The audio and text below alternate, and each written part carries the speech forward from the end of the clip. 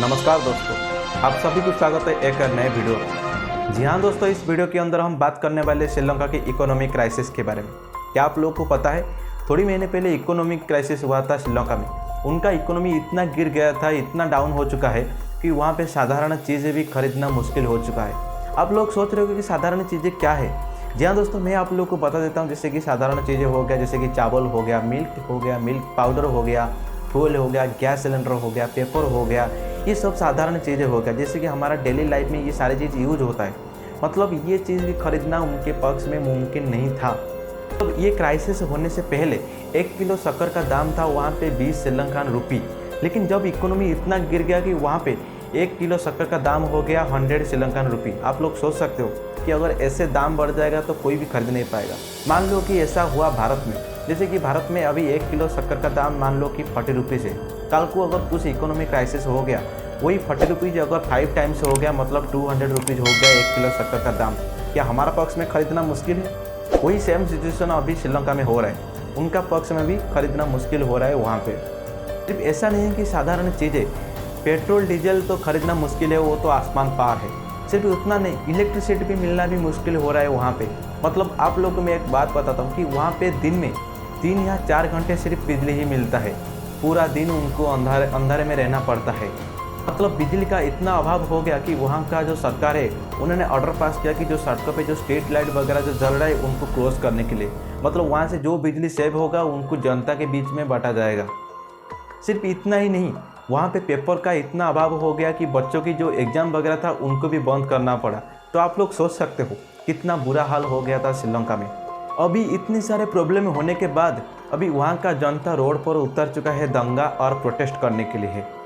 राष्ट्रपति भवन के सामने बहुत सारे दंगे चल रहे, प्रोटेस्ट चल रहे। तो आप लोग सोच रहे होंगे कि आखिरकार ऐसा क्या हो गया जिसकी वजह से श्रीलंका की जो जनता है क्यों प्रोटेस्ट कर रहे। आखिरकार श्रीलंका का इकोनॉमी इतना क्राइसिस और इतना डाउन कैसे हो गया। अगर आपको पूरा स्टोरी जानना है तो वीडियो को स्किप मत कीजिए, वीडियो को पूरा एंड तक देख लीजिए। लेकिन वीडियो शुरू करने से पहले आप लोगों से एक छोटी सी गुजारिश है कि जो लोग चैनल पर नए हो प्लीज़ गाइस सब्सक्राइब कर दीजिए और लाइक कर दीजिए। और जो लोग ऑलरेडी सब्सक्राइब कर चुके हो तो प्लीज़ गाइस लाइक कर लीजिए, वीडियो को एंड तक देख लीजिए और अपने दोस्तों के साथ शेयर कर लीजिए। तो चलिए without any delay let's start the video. Sri Lanka is facing its worst economic crisis since its independence. But just how did the situation get this bad? There has been economic mismanagement by successive governments, which created a President Rajapaksa invoked this tough law, allowing the military to arrest and detain suspects for long periods without trial, as demonstrations calling for spread across the South Asian nation. The emergency was declared for protection of public order and the maintenance of. Sri Lanka में जो economic crisis हुआ था उसके पीछे कोई single reason नहीं है, उसके पीछे मल्टीपल रीजन्स है। अगर हम 2018 की बात करेंगे तो श्रीलंका टॉप डेस्टिनेशन था फॉरेनर्स के लिए। मतलब उस टाइम पे ये रिकॉर्ड भी बन गया था कि 2018 में 2.3 बिलियन फॉरेनर्स श्रीलंका गए थे घूमने के लिए। तो आप लोग सोच सकते हो कि श्रीलंका कितना और ब्यूटीफुल कंट्री है। लेकिन 2019 में एक बुरा हादसा होता है श्रीलंका में, जहाँ पे एक सीरियल बम्बिंग होता है। उस सीरियल बम्बिंग में 290 लोगों की जान चले जाती है। लेकिन इत्तेफाक की बात यह है कि उनमें से 45 नेशनल फॉरेनर्स थे, जिसकी वजह से ये इशू बहुत बड़ा हो गया था। जिसकी वजह से बहुत सारे फॉरेनर्स श्रीलंका नहीं गए घूमने के लिए, जिसकी वजह से श्रीलंका में फॉरेन करेंसी का अभाव दिखने लगा। तो आप लोग सोच रहे होंगे आखिरकार एक कंट्री का अगर इकोनॉमिक क्राइसिस हो रहा है तो उसमें फॉरेन करेंसी का वैल्यू रोल क्या है। तो मैं आप लोगों को एक बात बता देता हूँ कि फॉरेन करेंसी का रोल क्या है।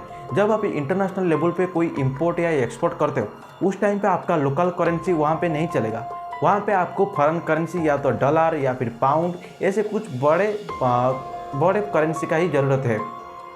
तो जैसे कि बम्बिंग की वजह से कोई फॉरेनर्स नहीं आए, तो फॉरेनर नहीं आने की वजह से श्रीलंका में फॉरेन करेंसी का अभाव दिखने लगा।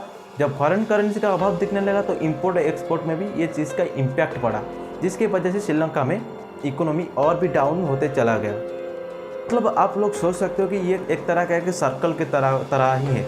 मतलब बम्बिंग की वजह से टूरिज्म में अफेक्ट हुआ, टूरिज्म में अफेक्ट होने की वजह से फॉरेन करेंसी का अभाव दिखने लगा। जब फॉरेन करेंसी नहीं है तो आप लोग इंपोर्ट या एक्सपोर्ट नहीं कर पाओगे।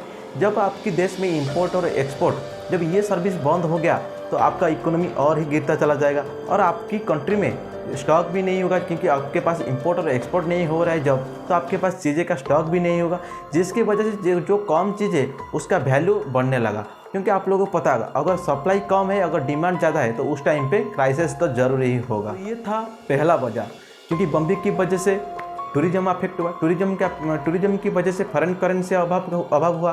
फॉरेन करेंसी की वजह से इंपोर्ट एक्सपोर्ट नहीं हुआ, जिसके वजह से श्रीलंका का इकोनॉमी डाउन होते चला गया। तो ये था एक रीज़न। दूसरी रीज़न क्या था कि आप लोगों को सब पता होगा कि 2019 में कोविड पैंडेमिक आया था।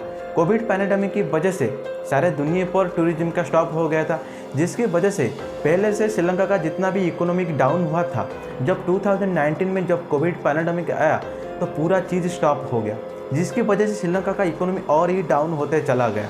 तो ये था दूसरा रीज़न श्रीलंका का इकोनॉमी डाउन होने में, कोविड पैंडेमिक। जी हाँ दोस्तों, अगर तीसरा वजह की बात करें तो तीसरा वजह है उनका खुद का गवर्नमेंट। जी हाँ दोस्तों, आपको शायद आप लोगों को पता होगा श्रीलंका का जो प्रेसिडेंट है गोटाबाया राजपक्सा, 2019 अप्रैल में प्रेसिडेंट होने के बाद, पावर पाने के बाद उन्होंने जनता से वादा किया था कि वो पूरा श्रीलंका में ऑर्गेनिक एग्रीकल्चर करेंगे। क्या आप लोगों को पता? जिसकी वजह से वो पेस्टिसाइड, फर्टिलाइजर्स, जो चीज़ इंपोर्ट हो रहा था उसको वो बंद कर दिया। वहाँ से जो पैसा बच गया वो सारे के सारे पैसा उन्होंने ऑर्गेनिक एग्रीकल्चर में इन्वेस्टमेंट कर दिया। लेकिन मैं आप लोगों को बता देता हूँ कि ऑर्गेनिक एग्रीकल्चर करना ये बात सही है। अगर हम इंडिया की बात करेंगे, इंडिया में सिर्फ एक ही ऐसा स्टेट है, उसका नाम है सिक्किम, जहाँ पे 100% ऑर्गेनिक एग्रीकल्चर होता है।